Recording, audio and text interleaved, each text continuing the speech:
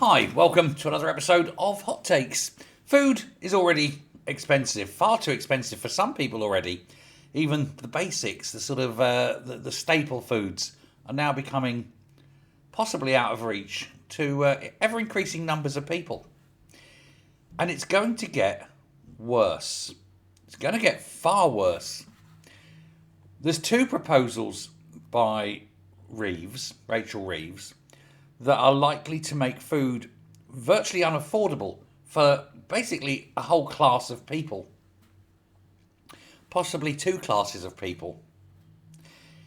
She's been warned by the big supermarkets not to force up food prices for millions of already very squeezed households even further by trying to clobber retailers with increases to the various taxes that they pay.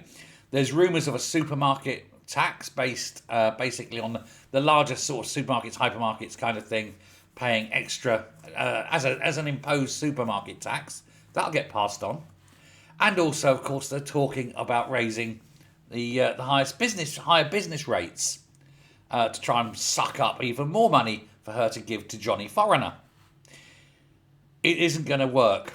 Because it's a business. Any costs to a business get passed on. And that means that food prices will increase. That's one policy. Another policy is that she's looking at possibly extending the range that VAT hits to food. Now, chances are it won't be the full 20% VAT on food. But currently, food is not exempt from VAT. Some things are. Children's shoes, baby clothes, books, newspapers, they're actually exempt from VAT. Food is not exempt.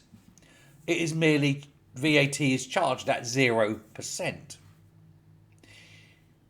Indeed, it was the big McVitie's Jaffa Cake debacle.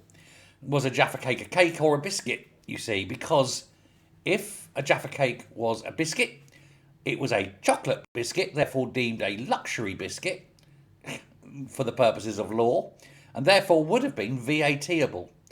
McVitie's fought and said, no, it's a cake. And because it's a cake, then cake ingredients are not VAT-able. Therefore, even though it's got chocolate in it, or indeed on it, as a cake, it's not VAT-able. McVitie's baked a very large cake, well, a very large Jaffa Cake, and they won their case. The case was won on the fact that cakes, when stale, get hard.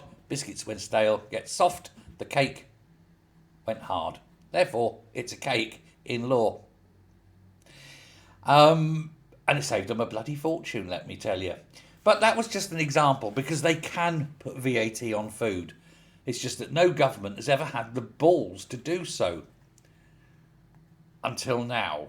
And the rumour is that Reeves may put a small VAT rate onto food, 2% perhaps, 2.5%. But given that food inflation is already sitting around somewhere between 5 and 6, you add in 2.5 to that, you're talking possibly 8%. You add another percentage on for the retailers to get their rates back. You could be looking somewhere in the region of a 10% increase in food prices. For pensioners on a fixed income, that's, 2-3 meals a week they won't be able to eat. For people on low incomes, who've got a couple of kids, there's going to be malnutrition, parents missing meals to make sure the children eat. We're going to be sitting in a modern Western economy where people are going to start starving because they cannot afford food.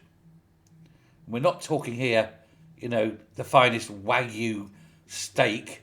We're talking potatoes, bread, milk. We're talking staple foods.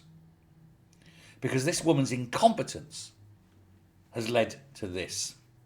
Lidl, Aldi, Iceland, Waitrose, Sainsbury's, Asda, Tesco, Morrison's, you name it. They're all saying the same thing. There is not one supermarket saying anything other than don't do it. But in her arrogance and her stupidity, her naivety and her incompetence, and I think also a little bit of evil, she is going to do it because the plans are to reduce the numbers in this country to make it easier, I think, to replace us. Even Wes Streeting admitted that the problems in the economy would be felt through the health service. Well, when people are starting to get malnourished, it'll be the health service that will have to deal with it. But that's socialism for you. Vote Labour. Starve to death. Thanks a lot. Bye.